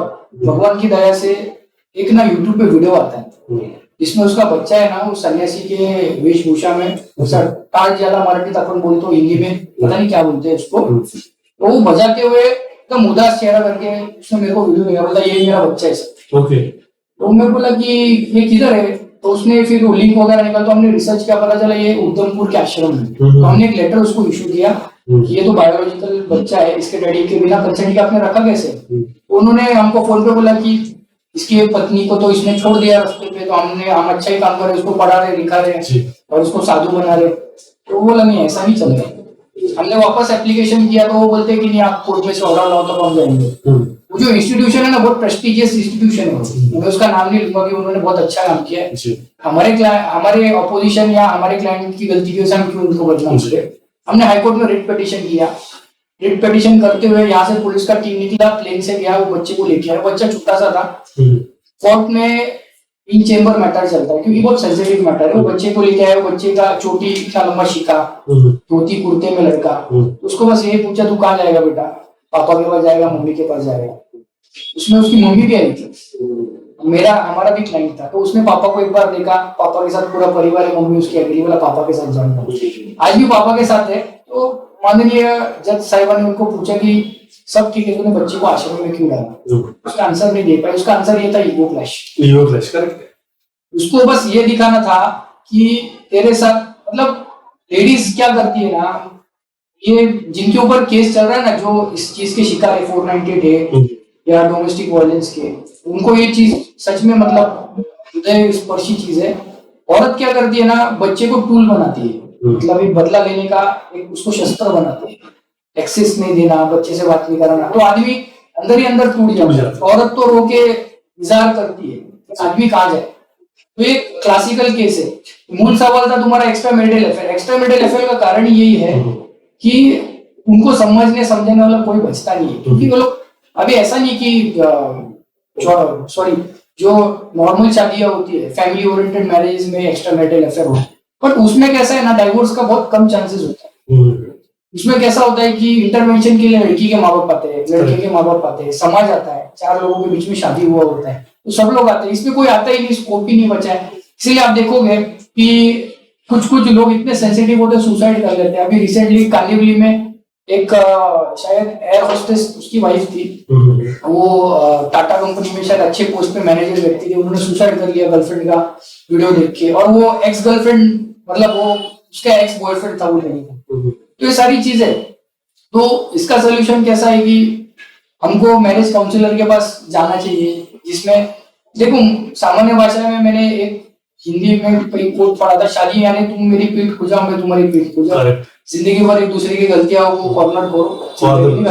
तो ये बेसिकली निगलेक्ट करना अगर कोई सीखेगा तो मैरिज सक्सेसफुल हो जाएगा। बट अनफॉर्चुनेटली जिसको पब्लिक जनरेशन जेड बोलती है वो कुछ भी कर सकते हैं। So we can not just keep them in a specific frame. ये आपकी जो कहानी थी उसमें तो मेरे रोंगटे खड़े हो गए। और जितने भी जो व्यूअर्स अभी ये जो पॉडकास्ट देखेंगे उन लोगों को मैं यही बोलना चाहूंगा कि जो सजेशंस जो हमारे विशाल भाई अभी दे रहे हैं वो सजेशंस पे आप अमल करें, वो सजेशंस को आप अपने लाइफ में इम्प्लीमेंट करें। क्योंकि कैसा होता है विशाल भाई, मतलब आज के जो जनरेशन है उनको समझता नहीं, वो मतलब मेल ईगो, एक फीमेल ईगो, इसके चक्कर में ऐसा हो जाता है दो परिवार, मतलब आप 2 लोग बिखर नहीं रहे हो, 2 पूरा परिवार बिखर रहा है। और जैसे कि आपने देखा कि उसके कॉन्सिक्वेंस जो छोटे बच्चे को फेस करना पड़ा, तो वो सारी चीजें हो रही है। लेकिन इसी के साथ में एक सवाल और भी आता है कि जो संविधान है उसका बहुत ही अच्छे से फायदा भी उठाया जा रहा है फीमेल्स द्वारा। देखो आर्टिकल 15 जी आर्टिकल 15 भारतीय संविधान का स्पेशल प्रोविजन देता है जी औरतों और बच्चों के लिए स्पेशल लॉज बनाने के लिए। औरत बेसिकली कमजोर नहीं होती। हम सनातन संस्कृति में मातृशक्ति को सबसे सर्वोपरि माना गया है। यानी ऐसी कहानियां है कि इसका पार्ट एंड पार्सल नहीं है, बट मैं उस पर आऊंगा ताकि कैसे आपने जो सवाल पूछा ना वो सीधा सीधा औरत को टारगेट कर रही है। टारगेट नहीं, मतलब कैसा है, कुछ फीमेल्स ऐसे है ना, कुछ देखिए जहाँ पे प्रोस है वहां पे कॉन्स भी है, बराबर। जहाँ अच्छी चीज है वहां बुराई भी चीज है। मैं सारे जो फीमेल्स पूरी कम्युनिटी उनको मैं टारगेट नहीं कर रहा हूँ, कुछ लेकिन ऐसे हैं, मतलब जहाँ पे कुछ नहीं होना चाहिए, उनको मालूम है मुद्दा मुझे बनाना है, मुझे क्रिएट करना है कुछ ना कुछ। और हाल ही में ये सारी चीजें हम न्यूज पे भी देखते रहते हैं। अभी हाल ही में वो एक हमने वो मर्डर केस भी देखा, जो ड्रम वाला केस हो गया, फिर उसके बाद में फिर वो हनीमून वाला केस हो गया। तो मतलब वो कैसा है, मतलब एक जो संविधान है उसको एक अपनी ढाल बना के वो लोग चलते रहते, कुछ केस भी होगा तो हाँ हमको मालूम, हमें आगे क्या ये अलग विषय है। देखो एक बात तो सच है कि औरत को संविधानिकली बहुत सारे प्रोविजंस है, और मैं ऐसा नहीं बोलूंगा वो फायदा उठाती है, वो उनके लिए ही बने। देखो कैसा है, बायोलॉजिकली आप देखेंगे ना तो मेंटली वो स्ट्रांग है अपने से, बट फिजिकली वीक है। करेक्ट। और रही बात की संविधान का वो ढाल बनाते हैं, देखिए मिस यूज, ये कायदा है ना, ये डबल एज स्वॉर्ड है। अब दो धारी तलवार है, दोनों तरीके से आप उसका यूज कर सकते हैं। बेसिकली आपको एक मैं एग्जांपल दूंगा, डोमेस्टिक वायलेंस का फॉल्स केसेस भी औरत ही करती है। हाल ही में मेरे को लगता है दिल्ली का एक केस था, वो लेडी 376 का फॉल्स केस लोगों पे करती थी, न्यूज़पेपर में मैंने पढ़ा था, ऑथेंटिक इंफॉर्मेशन है वो, जिसमें उसने 12 लोगों पे 376 रेप का केस लगाया हुआ था और सबसे एक्सटॉर्ट करती थी पैसे। हाल ही में ऐसे ही मेरा एक क्लाइंट है, उसको एक सेक्स वर्कर ने भी एक्सप्लॉइट किया इसी तरीके से, इतने ना पैसा दे वरना मैं नस काटूंगी, ये सब करूंगी। तो ऐसी सारी चीजें देखिए अगेंस्ट और फॉर में भी है। बस इतना है कि आपका जो सवाल था उसको मैं थोड़ा जस्टिफाई करूंगा पार्शियली, हाँ भी और ना भी। देखो डोमेस्टिक वायलेंस होता भी है जी, होता है। आज भी गांव देहात में ऐसी परिस्थिति है, औरतों को बुरी तरीके से पीटा जाता है। कुछ समाज में तो थोड़ा कंट्रोवर्शियल होगा, बट मैं खुल के बोलता हूँ कि लेडी को अधिकार है हस्बैंड को सजेशन देने का कि तू शादी करे या मत कर, बट उनके परमिशन के बिना दूसरा और तीसरा और चौथा भी शादी किया गया है। ऐसी केस में लड़ रहा हूँ, गरीब लेडी की केस है, मैं उसे कुछ नहीं चार्ज कर रहा हूँ क्योंकि उसके हस्बैंड ने उसको ट्रिपल तलाक देके उसको लड़की हुई इसलिए छोड़ दिया, उससे मैं कुछ नहीं चार्ज कर रहा हूँ। उधर भी हिंसाचार है, हमारे हिंदू समाज में भी काफी औरतों पे अत्याचार हो रहा है। मेरे पास एक इन हैंड केस है जिसमें उसका हस्बैंड उसको पंच से मारता था, मतलब बॉक्सिंग पंच करते ना, आंख पे पंच सब पूरा ब्लैक ब्लैक होता था, उसका दांत तोड़ दिया था। तो इतना भयावह परिस्थिति है। तो जब वो लेजिस्लेशन बना, जब वो एक्ट बना, वो बेनिफिशियरी एक्ट है, जैसे डोमेस्टिक वायलेंस का एक्ट हो गया, तो उस समय की मांग थी। बट आने वाले मुझे लगता है 10-20 साल में आदमियों के लिए भी वैसा कायदा आएगा, क्योंकि आदमी एक हिसाब से देखा जाएगा तो विक्टिमाइज हो। और आपने जो मर्डर वगैरह का केस बताया उसमें तो औरत को सेम फुटिंग में देखा जाएगा, उनका भी बेल नहीं होगा। इतना हो सकता है कि एक औरत हमेशा कम एग्रेसर होती है, कम एग्रेसर यानी वो उतना प्रोफिशिएंट अटैक नहीं करती जितना पुरुष करता है। तो 90% केसेस में वो एक्यूज नंबर 2 ही होती है, समझे। अभी ये जो ड्रम का किस्सा जो चालू है पूरे भारत भर में, सब उसको मीम बना के टैग करते हैं, ड्रम भेजते हैं व्हाट्सएप पे, कांग्रेचुलेशंस। तो उसमें अगर आप देखेंगे मुझे लगता है मोस्ट ऑफ द केसेस में पुलिस का प्रोसिक्यूशन का स्टोरी ऐसा ही होगा। पुलिस यानी जो पुलिस जो स्टोरी बनाती है, प्रोसिक्यूशन का स्टोरी यानी पुलिस का जो एक एंगल है, उसमें यही लिखा होगा कि लड़की ने वो लड़के को फोन करके बुलाया होगा उसके बॉयफ्रेंड को, और उसने एग्रेशन में इसका खून कर दिया, इसलिए उन्होंने ड्रग में भरा। तो 90% महिलाएं कभी एग्रेशन करती नहीं है, 10% कोई हो सकती है, तो उसमें वो फायदा वगैरह उठाती नहीं है। उनके ऊपर उतना अत्याचार हुआ इसलिए सारे कायदे आए, और आज भी होता है। और मिसयूज भी है ही। देखो अभी वो तो वकील के कैलिबर पे है किस तरीके से केस एंगल। जो मैं उन महिलाओं की बात कर रहा हूँ जो मतलब जो संविधान है उसका फायदा उठाती हैं। और जैसे आपने बोला कि आने वाले 15-20 साल के अंदर कुछ ऐसे भी संविधान आ जाएंगे। नहीं, कायदे आएंगे। संविधान देखिए, संविधान जो है ना, लोग संविधान कहते हैं, कॉन्स्टिट्यूशन उसके अंतर्गत जितने भी कायदे होंगे वो पूरे भारत भर में मान्य होंगे। तो एक्ट आएंगे ना, अभी जैसे कि डोमेस्टिक वायलेंस एक्ट है उनके लिए, सीआरपीसी मेंटेनेंस 125 का एक्ट है उनके अंदर, protection of maintenance to women and children, फिर पोक्सो का एक्ट है छोटे बच्चों के लिए, और सीनियर सिटीजन के लिए भी तो एक्ट है। ऐसा नहीं है कि बस वो एंगल में, तो सारे लॉज का यूज और मिसयूज तो है ही। We are helpless. अभी दो चीजें उसमें काम आती है, एक तो फेट, नसीब क्लाइंट का, उसको कैसा वकील मिलता है, और उसको कितना इंटेलेक्चुअल वकील मिलता है जो उसको केस में से निकाले। तो वही बस बात है। अभी जैसे आपने पोस्को की बात किया, तो मतलब अभी हाल ही में मतलब बहुत सारे हैं मेरे फ्रेंड्स जो कॉन्टेक्ट में, उनके ऊपर पोस्को लगा था, जबकि वो एकदम बेगुनाह थे, कुछ था नहीं, फिर भी 6 महीने जेल जाए। देखो कैसा है, पोक्सो एक्ट जो था ना, वो एक्चुअली जो छोटे बच्चों पे वायलेंस होता है ना, छोटे बच्चों का डेफिनेशन 18 साल से नीचे सारे उसमें आ जाते हैं। बट अभी जैसा हमने थोड़े समय पहले बात की थी मतलब वुमन के लॉस के रिलेटेड, तो वैसा ही इनके केस में कैसा होता है कि बेसिकली अभी एक लड़का 18 साल का है, अब वो लोग 11th-12th में पढ़ते, लड़की 17.5 साल की है। उनके अंदर अभी जनरेशन ये ऐसा है कि सारी चीजें अनचाही हो रही है। अभी डैडी जाता है पुलिस स्टेशन में लड़की का, या तो पहला वार्निंग देता है कि मेरी लड़की के पीछे आम मत, या मत करा। भी वो उस उम्र में हम भी उसमें से कुछ समझ में आता नहीं अच्छा, फिर भी वो बच्चे कपल्स जाते हैं, बट अभी इसको चुप कैसा कराना है, तो फिर पोक्सो का केस कर दो। अभी बाय डिफॉल्ट अगर वो लड़का 18 साल के ऊपर निकलता है बाय डेट, उसको जाना ही है। बट सुप्रीम कोर्ट का और बॉम्बे हाई कोर्ट का भी ऐसा केसेस है, और all over high courts of India ऐसा उसमें रिसर्च होके मतलब ऐसा भी कंक्लूजन आया है कि अगर लव अफेयर हो तो कोर्ट बेल दे देता है उनको। ऐसा नहीं कि उनको वो जो कंडीशन है वो पिछले मेरे को लगता है 5-7 साल पहले की थी, वो केस में नहीं देता है। आपको ऐसा पोजीशन नहीं। तो मतलब कहीं ना कहीं लड़की का भी बहुत इंपॉर्टेंट रोल प्ले करता है, जब बोलने की बारी आएगी तब बताना चाहिए ना वहाँ पे यहाँ लव अफेयर है, लेकिन मैक्सिमम जो लड़कियां वो तो सीधा बैकआउट कर जाते हैं माँ बाप के प्रेशर में। माँ बाप ही केस करते हैं जी। कैसा होता है कि हर पेरेंट्स को लगता है कि हमारे बच्चे गलत संगत में जा रहे हैं, उनका भी बराबर है, उम्र ही वैसा होता है। अब अगर नहीं कर्व करे तो अभी कोई पेरेंट्स का कैपेसिटी होता नहीं कि यहाँ से घर छोड़ के कोई और जाए। कुछ केसेस में बच्चे लड़के जो होते हैं वो एक्चुअली एग्रेसर होते हैं, जबरदस्ती का पीछे पड़ेंगे। ऐसे केस में माँ बाप क्या करें? तो और उसका लीगल रेमेडी, वो कोई इलीगल काम तो नहीं है, जो लीगल है वही बता रहे, लड़की छोटी है लड़का बड़ा है तो जाना पड़ता है, सब कोई ऑप्शन नहीं है। तो मतलब बेसिकली अगर लड़कियां का सपोर्ट करे तो वहाँ पे बेल मिल जाएगी। लड़कियां देती है बाद में एफिडेविट कोर्ट में आके, बेबी का समय पे बोलती है कि मेरे को केस पीछे लेना है। ऐसा ही बहुत सारे केसेस होते हैं। हाल फिलहाल में मैंने एक एक्विटल हुआ है मेरा, मतलब मेरे क्लाइंट का, तो उसमें उन लोगों का लव अफेयर था।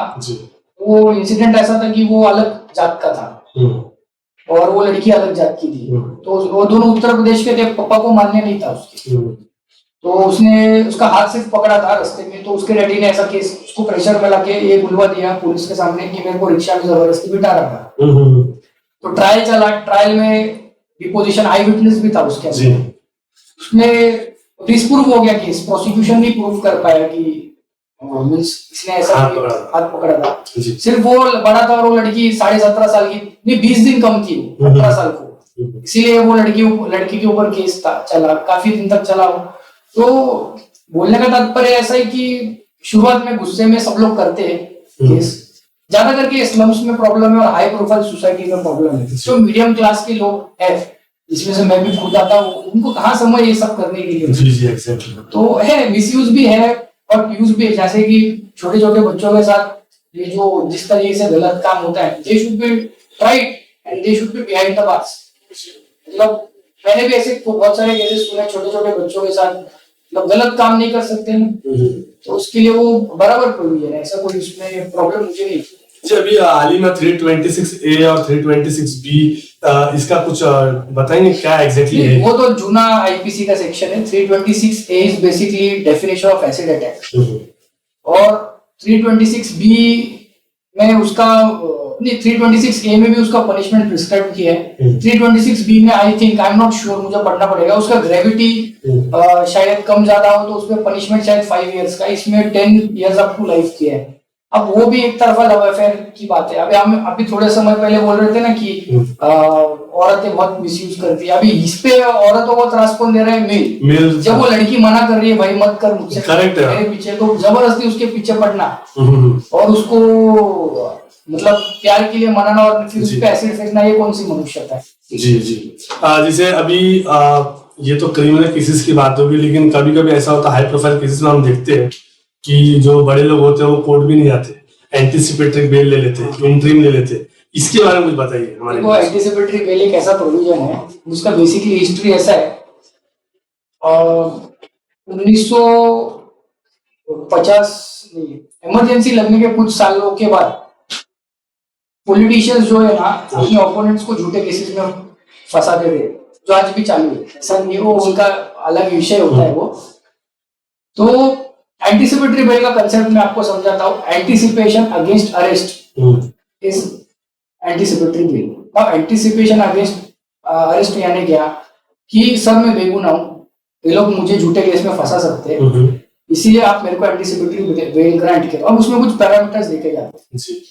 एक होता है प्राइमा फेसी केस, यानी सामने वाले ने जो एलिगेशन लगाया है। अभी जैसे कि मैं आपके स्टूडियो में यहाँ पे पॉडकास्ट कर रहा हूँ और कोई मुझे कहता है कि काश्मीरा नाके पे मैंने किसी का खून कर दिया, advocate Vishal Getre had stabbed somebody in front of Sunrise restaurant, है ना, बट मैं किधर बैठा हूँ यहाँ पे, लाइव रिकॉर्डिंग चालू है। अगर मेरे को कोई अरेस्ट कर, उसमें तो बिना अरेस्ट के तो इन्वेस्टिगेशन होता नहीं। तो ऐसे इंसिडेंट में, ऐसे सिचुएशन में I can apply for anticipatory bail. अब उसमें यही ग्राउंड बताऊंगा कि मैं वहां पे था नहीं, मैं तो यहाँ पे स्टूडियो में था और इसके विटनेस आप लोग हो, तो इसीलिए एंटीसिपेटरी बेल होता है। उसमें और एक कंसेप्ट दिखा जाता है, character means position and standing. ये आदमी का चरित्र कैसा है, समाज में इसका स्टैंडिंग कैसा है, इसके ऊपर कोई जूना केसेस है क्या, इसका लैंडेड प्रॉपर्टी, ये सारे पैरामीटर्स देखे जाते हैं। और जिसको एंटीसिपेटरी बेल मिलता है ना, वो उसके अगेंस्ट में कभी कोई ऑफेंस ही नहीं होता है। देखो कैसा है ना, हम सिर्फ ऊपर से एक बाइनोकुलर विजन से चीजें देखते हैं और आपके माध्यम से मुझे आपने बहुत अच्छा मौका दिया लोगों को एक्सप्लेन करने के लिए। लोगों को सिर्फ एक ही दिखता है, अरे वो बड़ा आदमी है, उसके पास पैसा है, इसलिए वो छूट गया। अरे भाई बड़े बड़े लोग भी जेल में जाके आए, मंत्री संतरी सब जेल में थे कुछ साल तक। देखो आप थोड़ा सा निकालिए, लेकिन सारी सुविधाएं मंत्री लोगों को मिलती है। हाल ही में न्यूज वगैरह में देखते हैं कि सारी सुविधाएं, खाना जो दूसरे को मिल रहा है, खाना ये अच्छा खा रहे हैं। ऐसा कुछ नहीं है, सब गलत बात है। मैं जेल विजिट में पर्सनली करके आया हूँ, मुझे पता है क्या जेल में जगह है अभी कैदियों की। थाने में तो नहीं है, तलोजा में है, बट अभी थाना जेल कैसा है, अपग्रेडेशन चालू है, तो लोगों को शिफ्ट कर रहे हैं, सबको सेम ट्रीटमेंट है उधर जी। इतने सब बड़े बड़े लोग हैं ना, एक एक बैरक में बैठे रहते हैं। सिर्फ इतना ये कि मनी ऑर्डर जिसको ज्यादा मिलता है, मतलब अभी किसी के घर वाले मनी ऑर्डर ज्यादा भेज रहे हैं, जिसके पास पैसे आए, तो वो क्या ऐसा है, जो छोटे पेटी ऑफेंसेस के चोर होते हैं ना, उनको प्लेट धोने के लिए कहते हैं, उतना है, मैं भी मान्य करता हूँ। अभी वो उसका चॉइस है, सामने वाले का धो रहा है, क्यों उसको भाई वो खाने पीने के लिए फरसान वगैरह देता है। कैंटीन से आप खरीद सकते हैं लीगली, ऑफिशियली, ऐसा नहीं है कि मतलब वो कोई इलीगल काम है। लोग उसमें भी मीन्स कुछ भी फैला देते हैं। देखो न्याय सिस्टम भारत का बहुत अच्छा है, न्यायपालिका बहुत अच्छी है, लोगों को ना अवेयरनेस नहीं है कायदे के बारे में। अभी आपको एक सादा डोमिसाइल सर्टिफिकेट निकालना आपको पता नहीं है, लोगों को पता भी नहीं करना है जी।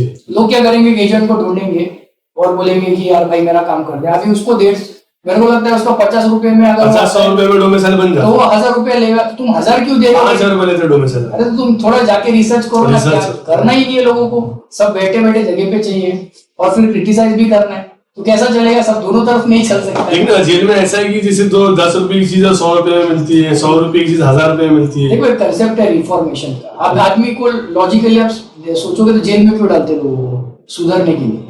अब उनको अगर अंदर कोई आरोपी काम करता है ना, तो उनको सैलरी रोज का जेल मैनुअल के हिसाब से डिसाइड किया होता है। अब अगर वो उसको रोज अंदर भी मजदूरी बाहर के जैसा ही मिलेगा, तो उसको पता कैसे चलेगा वो जेल में आया? तो उनको रिफॉर्मेशन करने के लिए बेसिकली डाला जाता है कि वो बाहर जैसा अभी जो लोकल एटमोस्फियर में जैसा बिहेव खराब करता था वो अच्छा करे, तो सुधारने की भावना से वो सारी इम्पोजिशन उनपे होते हैं। जिनके पास में पैसा है मतलब, और जिससे मैंने बताया 10 रुपए की 100 रुपए में मिल रही है, तो उतना तो अंदर कमाएंगे नहीं, वो तो बाहर से जाना ना। मनी ऑर्डर आता है, वही तो कह रहा हूँ ना, मनी ऑर्डर कोई भी कर सकता है किसी के लिए। अब वो जो मैं किसकी बात कर रहा हूँ, ये बेसिकली काम कौन करता है? जो अंडर ट्रायल प्रिजनर्स है वो, और जिनको सजा लग जाती है ना, वो काम करते हैं, तो उनको सैलरी होता है। जैसे डेली बेसिस पे उनको कुछ 20 वेजेस, अभी मेरे को एग्जैक्ट पता नहीं कितना होता है, वो बेसिस पे वो खुद का राशन खरीद सकते हैं अंदर ही। जी। अभी अगर वो जेल में उनको एक्यूज बोल के रखोगे और आप बोलोगे बाहर के ऐसा सुविधा मिलना चाहिए, तो कैसे पॉसिबल? आपके पास पैसा है तो आप मनी ऑर्डर आप बेच के जो चीज चाहिए आप खा सकते हो। फरसान आता है, चिकन सब मिलता है अंदर, बट वो एकदम ऐसा होटल के जैसा नहीं रहता है। उधर भी रेस्ट्रिक्शन बहुत सारे होते हैं।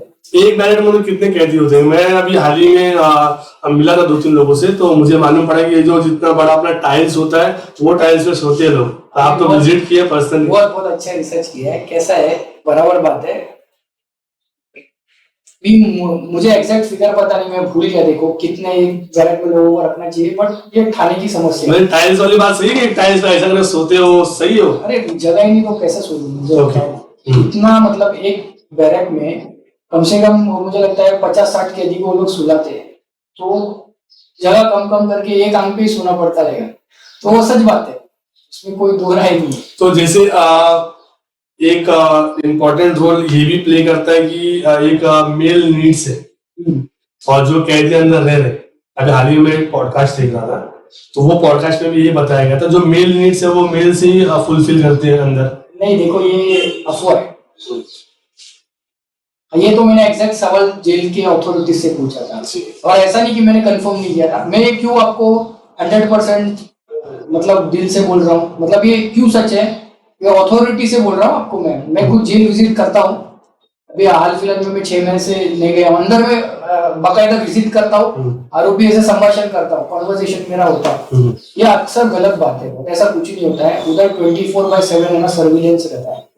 और ये आप जो बोल रहे हैं ये मेल नीड्स हो, ये सब है ना अफवाह फैलाई है, ऐसा कुछ भी नहीं होता। अंदर उनको इस तरीके से रखा जाता है, उनको घूमने सोने उठने का भी उनका टाइमिंग फिक्स है। इतने बंधन है उनके जीवन में, तो ये सब करेंगे कब? तो ये गलत बात है, ऐसा सच नहीं है जी। लेकिन जो जैसे कि अभी देखता हूँ, रेप केस हो गया या फिर चोरी वाला केस हो गया, तो ये भी सुनने में आता है कि फिर इन लोगों को अंदर अलग ट्रीटमेंट मिलती है जो कैदी है उन लोगों से। नहीं देखो, ऐसा उधर कोई किसी को तकलीफ या त्रास दे नहीं सकता है, क्योंकि वो अल्टीमेटली उनके कंट्रोल में होते हैं, जेल अथॉरिटीज के कंट्रोल में। तो पनिशमेंट होता है, अगर ऐसा सब चीज करेंगे ना तो उधर प्रिस्क्राइब्ड पनिशमेंट भी है। मतलब जेल अथॉरिटीज को मैनुअल के हिसाब से चीजें दी हो, इसको सेग्रीगेशन में रखो। जैसे अजमल का साथ उसके स्पेशल सेल में रखा गया, क्योंकि उतना डेंजरस था वो। तो ऐसा कुछ नहीं है सर कि आप बता रहे हो, मतलब जो पहली बात है वो भी गलत है। दूसरा, ऐसा नहीं कर सकता है कोई किसी को, अगर अलाउड नहीं है। After all they are inside the jail. सब गलत बातें, ये सब बड़ा चढ़ा के लोग बोलते हैं। लोगों को एक्चुअली ना बातें बनाने में बहुत मजा आता है। ये सारी चीजें मतलब जो मैंने अभी आपको बताया मेल नीड्स वाली बात बताया, तो एक जो जेल के जो जेलर थे वो एक पॉडकास्ट में आए हुए थे, उन्होंने ये चीज रिवील किया था कि अंदर जो सारी चीजें है वो तो मेल नीड्स का तो होता ही है, और जो हाई प्रोफाइल जो केसेस होते हैं उनको एक अलग ही फैसिलिटी मिलती है। उसके लिए उन्होंने अग्री किया था, जो जेलर थे उन्होंने फैसिलिटी नहीं मिलता है। देखो कैसा होता है, कोई ड्रेडेड क्रिमिनल है, मैं उसका एकदम इंटरप्रिटेशन इजीली करता हूँ। अभी मेरे को एक बात बताओ, ये जो मेल लीड्स का बात कर रहे हैं, ये मेल लीड्स जो किसी मेल को मेल से जबरदस्ती संभोग करेगा, तो जाहिर सी बात है उसे कमजोरी होगा। कमजोर कौन हो सकता है? 21 साल के नीचे जो छोटे बच्चे होते हैं, उनका अलग सेल होता है जिसको बाबावाड़ी बोलते हैं मराठी में, और थाने में भी वैसा सुविधा है। उनको बड़े लोगों के साथ नहीं रखते पहली बार, एक ये बात हो गया। तो वो उनका पता नहीं, वो कौन से महाराष्ट्र का, तो खासकर थाने का तो मैं गारंटी से आपको बोलता हूँ महाराष्ट्र में कहीं नहीं होता ऐसा। दूसरा बात, इन्होंने जो बोला स्पेशल ट्रीटमेंट जो मिलता है, मैं उसके बारे में आपको बताता हूँ। कोई ड्रेडेड क्रिमिनल है, जैसे कि अभी अजमल का साहब देख लो, वो टेररिस्ट था, वो आतंकवादी था। वो आतंकवादी को स्पेशल सेल में नहीं रखेंगे क्या? उसको मैं यहाँ तक आपको बताता हूँ, मैं अंदर कुछ एक्यूज मेरे क्लाइंट है जो अभी एक्यूट हो चुके हैं, मैंने उनसे बात किया, तो उसको ना बिना कपड़े का रखते थे। क्यों? क्योंकि उसने एक बार अंडरवेयर खा के सुसाइड करने का कोशिश किया। भारत का कानून क्या कहता है कि अनलेस एंड अनटिल पर्सन का कोई भी केस, मतलब इंग्लिश में ऐसा बोलते हैं, प्रूफ बियॉन्ड रीजनेबल डाउट, है ना। If a person is found, when he is found guilty, when the allegations are proved beyond the shackles of reasonable doubt, यानी पूरी तरीके से जब तक वो सिद्ध होता नहीं है, वो आदमी गुनहगार नहीं है। गुनहगार कानून की भाषा में, भारतीय कानून की भाषा में। तो उसको जब तक ट्रायल पूरा खत्म नहीं होता है, उसको जेल में रखा था स्पेशल अंडर सेल में। कारण क्या है? वो अपने आप को मारने का कोशिश करता था। अगर वो मर जाता था इंटरनेशनल मीडिया वैसे भी हमको बोलती थी कि तुमने उसको मार दिया, तो उसके लिए स्पेशल ट्रीटमेंट। अभी अगर उसको सिक्योरिटी में रखना, स्पेशल ट्रीटमेंट बोलोगे तो फिर वो गलत हो जाएगा। नेता हो गए, बड़े हाई प्रोफाइल के केसेस हो गए, उनको भी सिक्योरिटी। मैं यहाँ पे जाके आया हूँ तलोजा जेल में, मैं कुछ नेताओं का नाम नहीं लूंगा, उन्होंने पुलिस स्टेशन में गोली चलाया था रिसेंटली, वो भी सेम जेल में सेम खाना खाते हैं भाई। ये सब गलत बात है। अगर ये बहुत इजी है बोलना, लोगों को बातें बनाना बहुत डिफिकल्ट है वो। आज मतलब बहुत सारी चीजें क्लियर हो रही है, हमारे जो विशाल जी है ये बहुत सारी चीजें क्लियर कर रहे हैं, क्योंकि प्रैक्टिकली ऑन ग्राउंड आप वो काम कर रहे हैं। लेकिन यहाँ से बोलना इजी है, यहाँ से मेरे को क्वेश्चन पूछना बहुत इजी है, लेकिन जो चीज पे आप रोशनी डाल रहे हैं वो जितने भी जो व्यूअर्स है उन लोगों को एक अच्छा मैसेज जाएगा, वो सारी चीजें देखेंगे। आने वाले 5 साल में आप जो इंडियन कॉन्स्टिट्यूशन है इसको कहाँ देखते हैं? देखो, इंडियन कॉन्स्टिट्यूशन हमेशा सर्वोपरि था, सर्वोपरि होगा। और Indian constitution is a life book, it is an alive book I think. मतलब उसमें हर वक्त अमेंडमेंट हो सकते हैं, इतना फ्लेक्सिबल है इंडियन कॉन्स्टिट्यूशन। नेता लोग तो मिस इंटरप्रिटेशन करते हैं उसमें। मेरे को बस इतना बोलना है कि लोगों ने ना कोई भी किसी के भी बातों में आने से पहले ना बेसिक कॉमन सेंस की चीजों पे ये करना चाहिए, because in today's world everything is common but common sense is uncommon. लोगों के पास कॉमन सेंस ही नहीं है और मतलब डेवलप भी नहीं करना है। अभी हम लोग वकील है इसलिए हमारा लॉजिक अच्छा होता है, इसलिए मैं बोल रहा हूँ। तो संविधान सर्वोपरि है और बहुत फ्लेक्सिबल कॉन्स्टिट्यूशन है, ऐसा रिजिड नहीं है। हम पाकिस्तान जैसे देश में नहीं है जहाँ पे ब्लेसेफी करके भी गुनाह है। ब्लेसेफी यानी गॉड को क्रिटिसाइज करना, तो उधर मौत की सजा है सीधा, गाली देना। उनके देश में वो मूवमेंट चालू है। ईरान या तुर्की वगैरह नहीं है, यहाँ पे हर आदमी को बोलने का अधिकार है। और लोग कैसा है ना, कुछ तबके के लोग हैं, उसमें सारे समाज के लोग आते हैं, वो विक्टिम कार्ड खेलते हैं, हम गरीबे करके हमको फंसा। अरे तुमने गरीबों ने किया क्या, वो तो देखो, करेक्ट। तो ये सारी चीजें को ओवरऑल एटमोस्फेयर और हॉरिजॉन में देखा जाना चाहिए। बस एक चीजों को बोलते हैं जी। अभी मीरा भाईंदर में जो कोर्ट शिफ्ट हो गया है, नहीं हो गया, मेरे को उतना शिफ्ट हो गया, कोर्ट शिफ्ट हुआ गया है, चालू भी हो गया है। ऑनरेबल 4 मजिस्ट्रेट कोर्ट आए, 4 जजेस बकायदा बैठते हैं, व्यवस्थित काम चालू है जी। तो जैसे lower court, high court, supreme court, अगर समझे सुप्रीम कोर्ट से बेल अगर आपकी रिजेक्ट हो जाए तो वो लाइफ में उसके आगे कुछ होता है ना बेल जी, उसके आगे क्या कर सकते हैं? मतलब देखो, बेसिकली मैं कोर्ट का हायरार्की आपको समझाता हूँ। एक होता है मजिस्ट्रेट कोर्ट, मजिस्ट्रेट के ऊपर होता है सेशंस कोर्ट, सेशंस कोर्ट के ऊपर होता है हाई कोर्ट, हाई कोर्ट के ऊपर होता है सुप्रीम कोर्ट। अब जो मजिस्ट्रेट कोर्ट है वहां पे कुछ प्रिस्क्राइब ऑफेंसेस है, जिसका 7 साल के अंदर जो है वो मजिस्ट्रेट को पावर है उसको ट्राई करने में, यानी ट्रायल चला के उसको शिक्षा देना नहीं देना, उसको चैलेंज हम कर सकते हैं सेशंस कोर्ट में। सेशंस कोर्ट और मजिस्ट्रेट कोर्ट का चैलेंज हम कर सकते हैं हाई कोर्ट में। और हाई कोर्ट ऑर्डर की बात कर रहा हूँ, ऑर्डर हाई कोर्ट का हम चैलेंज करते हैं सुप्रीम कोर्ट में। अगर सुप्रीम कोर्ट भी आपका बेल रिजेक्ट करता है तो आपको सरेंडर होना पड़ता है। सरेंडर होने के बाद 3 महीना में चार्जशीट फाइल होता है। जो एनडीपीएस का केसेस होता है, जो टेररिस्ट एक्ट का केसेस होता है, उसमें 180 डेज तक हमको डिटेन करके रख सकते हैं यूएपीए वगैरह में, या एनआईए का केसेस, इसको नेशनल इन्वेस्टिगेशन एजेंसी कहते हैं। बट मैक्सिमम 302 का ऑफेंस वो 90 डेज में चार्जशीट फाइल होता है। तो चार्जशीट फाइल होने के बाद we can apply for bail जी। लेकिन मैंने अभी हाल ही में एक देखा था मैंने और कुछ पढ़ा था, अब आई मे बी रॉन्ग, वो चीज में मैं गलत भी हो सकता हूँ, कि सुप्रीम कोर्ट के आगे हम प्रेसिडेंट तक भी जा सकते हैं। मतलब नहीं, वो आप देखिए, वो जो है ना, वो जिसको डेथ पेनल्टी लगता है ना, जिसको डेथ पेनल्टी का सजा कंफर्म हो जाता है सुप्रीम कोर्ट से भी, तो वो प्रेसिडेंट के पास गुहार लगा सकता है भारतीय संविधान के एक स्पेसिफिक सेक्शन के अंदर, जो कि अपना पॉडकास्ट प्योर लीगल नहीं है, इसलिए सब सेक्शंस नहीं बताऊंगा मैं, क्या है कि हम टॉपिक से डाइवर्ट हो जाएंगे। तो उसके अंदर वो प्लीड कर सकता है कि मुझे माफ कर दो, मेरे को सुधरने का एक चांस दो। तो वो ऑफेंडर्स के लिए जिनको शिक्षा लगा है, जिनको डेथ पेनल्टी का, जिसको मृत्यु दंड जो दिया है, वो कर सकते हैं, वो प्रेसिडेंट तक जा सकते हैं। उनको एप्लीकेशन करके गवर्नर को भी कर सकते हैं, प्रेसिडेंट को भी कर सकते हैं कि हमको एक अपॉर्चुनिटी जीवन उसको। इतना फ्लेक्सिबल है भारत का संविधान, सोचिए दूसरे कोई देश में ऐसा नहीं है। एग्जैक्टली सही बात है। जैसे अभी तो ओवरऑल जितने जो सेक्शंस थे हमने सारा सेक्शंस तो कवर किया ही। मीरा भाईंदर में हाल ही में हमने देखा ड्रग्स जो बहुत ही रैपिडली ग्रो हो रहा है, और जो ड्रग्स कंजम्पशन है वो भी बहुत ज्यादा बढ़ रहा है। इससे यूथ का जो शरीर तो खराब हो ही रहा है, पेरेंट्स भी बहुत परेशान है। तो ऐसे सब केसेस कुछ आए हैं आपके पास में? देखिए भाई, हमारा घर तो उनसे ही चलता है क्यों बुरा किसी को, क्यों हम अच्छा बताएं।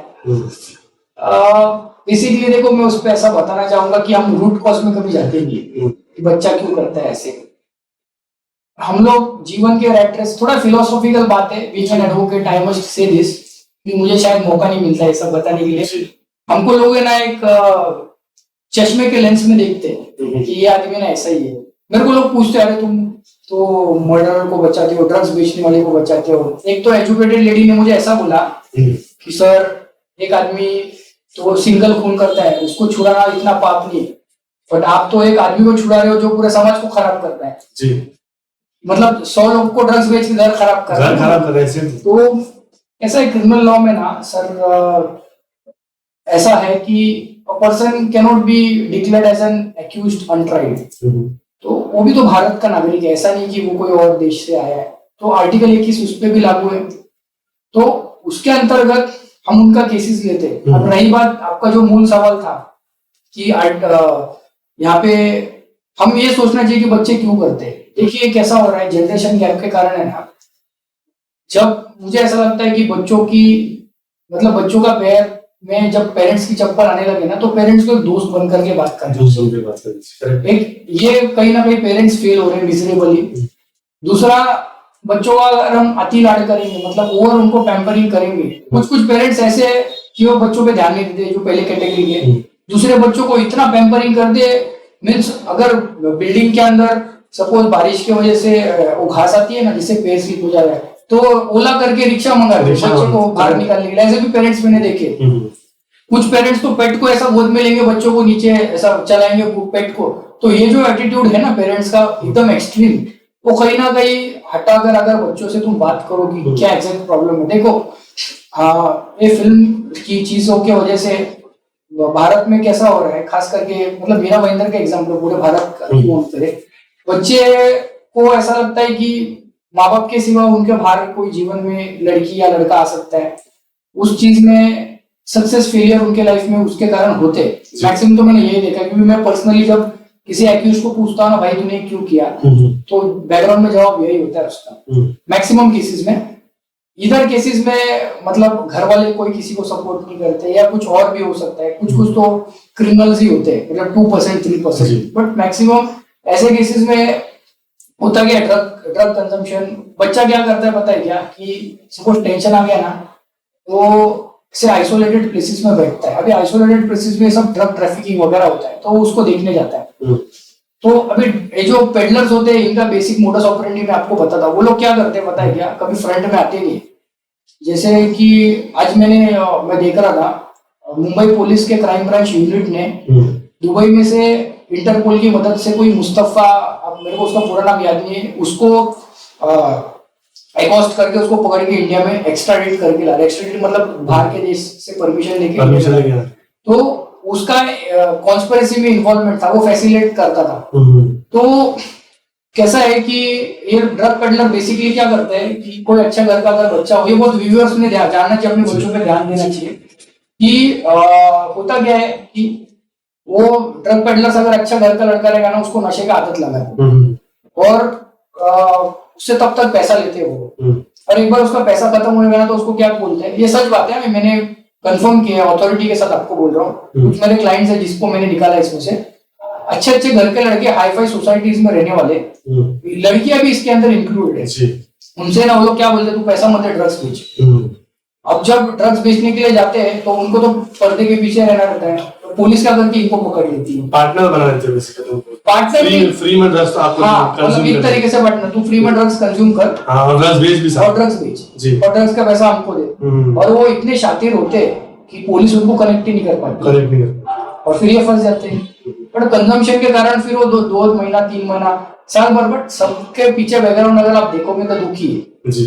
तो उस पर कोई चर्चा ही नहीं करता है, सिर्फ उसको अभी देखो, हम भी कुछ नहीं कर सकते, कोर्ट में उनको लेके आते हैं तो हम उनका डिफेंस करते हैं। अभी मैं आपको बता रहा हूँ 3 टाइप का क्वांटिटी होता है एनडीपीएस केसेस में। एक होता है स्मॉल क्वांटिटी, एक इंटरमीडिएट क्वांटिटी, एक कमर्शियल क्वांटिटी।